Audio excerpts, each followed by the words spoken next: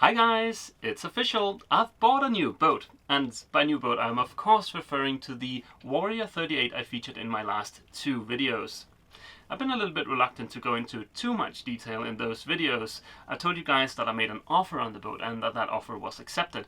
I've also told you that in all likelihood Athena was going to turn out to be my next boat, but I didn't want to commit to actually saying on camera that I purchased the boat before I was 100% certain that the deal was going to go through. Well, the deal went through about 3 days ago, so thumbs up for the new boat. As you can see, I've been busy planning the trip from Scotland back home to Denmark. I've also planned out what projects I'll do aboard Athena for the next 6 months, and that includes what'll happen to good old Obelix. But we'll get back to that in the Q&A section of this video. First, I want to extend an invitation. If you fancy seeing a Warrior 38 up close in person, or maybe you'd just like to swing by and say hello, either way, here's your chance. On the 8th of May, I'll be hosting a very informal, let's call it a boat warming. Now don't expect anything fancy and don't bring any boat warming gifts either, just come as you are. The boat will be in Kirkcudbright and there are a few more details down below in the description. So feel free to swing by the boat between, let's say, noon and 5 o'clock in the afternoon.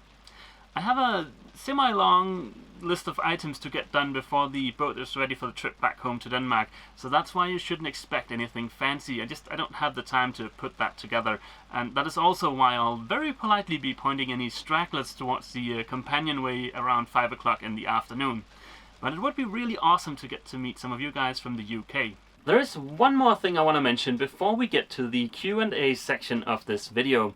I want to thank those of you who took time out of your schedules to meet up with me 2 weeks ago when I was in New York City. I had so much fun and I got to experience so many awesome things. I mean, I got to see the presumably only body of water in the world to have a sexually transmitted disease. Twice actually, how awesome is that? And I got to go to a big sale at the Defenders, which was also awesome. And I got to drive through 3 separate states and eat a lot of awesome burgers. So yeah, it's gotta be 5 of the most action-packed days I've ever had. Now while I was at the big sale up at Defenders, I stopped by Digital Yacht's booth and I got to see an early production unit of their new iCommunicate Signal K gateway. I don't know if you guys can remember, but I was one of the backers for that project on Kickstarter, so my early production unit should show up in the very near future, and once it does, you guys can look forward to a video about that awesome product. But yeah, let's get to the questions. Surprisingly, one of the most common questions related to the new boat is, what will happen to the old boat? This boat, Obelix. So allow me to answer that question by going over what will happen during the next 6 months. So on the 10th of May, my crew and I will set sail to go up the west coast of Scotland, through the Caledonia Canal, straight across the North Sea, back home to Denmark. Once Athena is back home in Denmark, she'll go up on the hard almost straight away. The reason for this is that I need to deal with some osmosis. Now, if you don't know what osmosis is when talking about fiberglass boats, there's a link down in the description. And the reason I want to deal with the osmosis before moving aboard the boat is because last fall I found out that living aboard a sailboat that's up on the hard isn't really all that much fun. So once I've dealt with the osmosis, I'll apply a copper coat as anti-fouling. And once that is done, Athena can go back in the water. Then I need to get busy installing some kind of heat source, in all likelihood another reflex stove. Once I have a heat source, I can then start to move aboard Athena, and once I've settled in, I can put Obelix up for sale. So, to sum up, the plan is to bring Athena back home to Denmark, let her go up on the hard, fix the osmosis issue, apply copper coat, and install a heat source. Then I can put Obelix up for sale. And it goes without saying that it will be very difficult for me to say goodbye to Obelix, but it is the right long-term decision. Next up is a question from Thomas from the awesome channel 2 Aboard Thule. So, hi Christian Thomas. The question goes, how bad is the osmosis? Well, it's not a structural issue, but it is widespread enough that I'll have the entire hull sandblasted. That'll get rid of any of the bad fiberglass. Now, also, there's another reason to have that hull sandblasted, and that's actually the primary reason in this case, and that is to get rid of an old attempted osmosis treatment. I'll go into more details about this in a later video because it's actually kind of interesting, because the forward part of the hull has been treated in a different manner compared to the aft part of the hull. And all of this happened 8 or 9 years ago, and the forward part of the hull has held up really well. There's not a single blister there, but the aft part of the hull has got blistering again. So yeah, we'll go into more details about that in a later video. Next up is a question from someone wanting to play devil's advocate, which is always fun. So the question goes: blistering in the hull, old teak deck, loads of fixing up inside, but what about the engine and sails? Well, Athena comes with an almost brand new Volvo D240F diesel engine from 2009 with only 1100 hours on it. And as for sails, well, I'm going off memory here, but I think she comes with 2 mainsails, a trysail, 2 staysails, 2 Genoas, and a cruising chute, if I'm not mistaken. And all of those are in okay to good condition. So, to answer the question, yes, Athena does need a bit of work, but when it comes to the sails and the engine, I should be good for many years to come. Next question is, why would you buy a boat you can't sail single-handed? The answer is quite short. I wouldn't.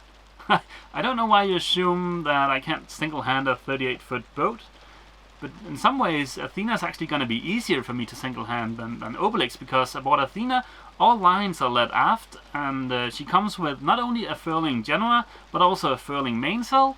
So yeah, and also she's only 8 feet longer than Obelix. I mean, sure, I'm bringing along a crew on the trip back home to Denmark, but that's mainly because it's my first trip aboard Athena, but also because, well, it's going to be a lot of fun to have those guys along. So yeah, I should easily be able to single-hand Athena. Next question is, do you plan to rename Athena? Well, I think I'll stick with the name Athena because I think it's very fitting, but in case you have the most awesome idea for a name ever, I'd love to hear it, so go ahead and leave a comment down below. The next question is, does the whole boat need to be insulated?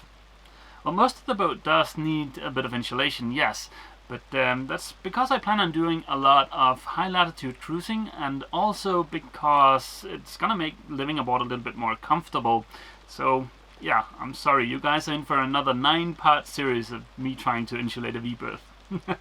I'm kidding. The insulation is something that I can take care of over the next couple of years, so it's not something I'm gonna get to straight away, but it is pretty high on the to-do list. Next question is, are you happy with the darker look of the Warrior, or will you paint some of the wood to lighten things up? Oof, that's a tough question. To be absolutely honest, I haven't really gotten that far yet. I think I want to spend a bit of time living aboard the boat before I start doing anything too drastic. There are some areas where there's been a bit of decoloration on the outer veneer of some of the plywood, and it's important to point out that that isn't rotten. It's just a bit of decoloration due to water leaking in over the years. So the only way I can really fix that is to either paint it or to apply a new outer veneer. But yeah, we'll get to that in a later video. Next question is, how are you balancing work and sailing?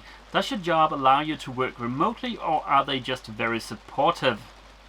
Well, I'm sure someone is going to crack a joke about me not going sailing that much this past year, but Okay, I do have a full-time job, but I have 5 weeks of paid vacation each year, and I usually rack up some overtime too, so it is an option to go sailing maybe a couple of months a year or so.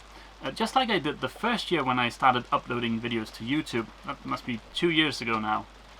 So my long-term plan is still the same, and that is to become a full-time cruiser, but for that I'll have to figure out some other way of generating a bit of income, but we'll get to that.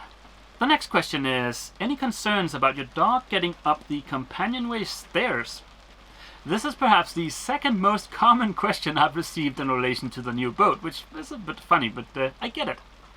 So the reason for this question is that I mentioned in one of the previous videos that the companionway stairs aboard Athena are quite steep, but that's also the case here aboard Obelix, and Jürgen is actually quite good at getting in and out of the boat on his own. It's raining outside right now, but let's see if we can convince Jürgen to give you a bit of a demonstration. So, up. Yeah, come up. Yeah, up. Dygtig, det var godt. Well done. Dygtig. You're dygtig. Let's go. So as you can see, Jökull handled that very well. Now on a daily basis I usually pick him up and lift him outside because there's no need for him to strain himself crawling up like that, but in the event that he needed to, he would be able to get out on his own. So I don't think the companionway stairs aboard Athena is going to be much of an issue for Jökull. Before ending this video, I want to reiterate something I mentioned in one of my latest videos, and that's the fact that I am extremely busy right now, so I don't have the time to upload a video every single week. Now I'll get back to my regular routine of uploading a video every single week, but for now I'm too busy. Now I've been uploading videos to YouTube for 2 years now, and I don't plan on stopping, so please bear with me. And for the love of God, if you're one of those guys who have sent me rude emails demanding more videos, please stop. That's not gonna work. Okay guys, that's gonna be it for this video. See you! Jökull and I hope you've enjoyed this video. For more videos like it, click subscribe. Please consider leaving a comment and a thumbs up. It really helps me a lot and I appreciate your support very much. If you're new to the channel, please check out the introduction playlist. If you want to watch every single video I've ever published, check out the playlist named All Videos. It contains every single video listed in chronological order.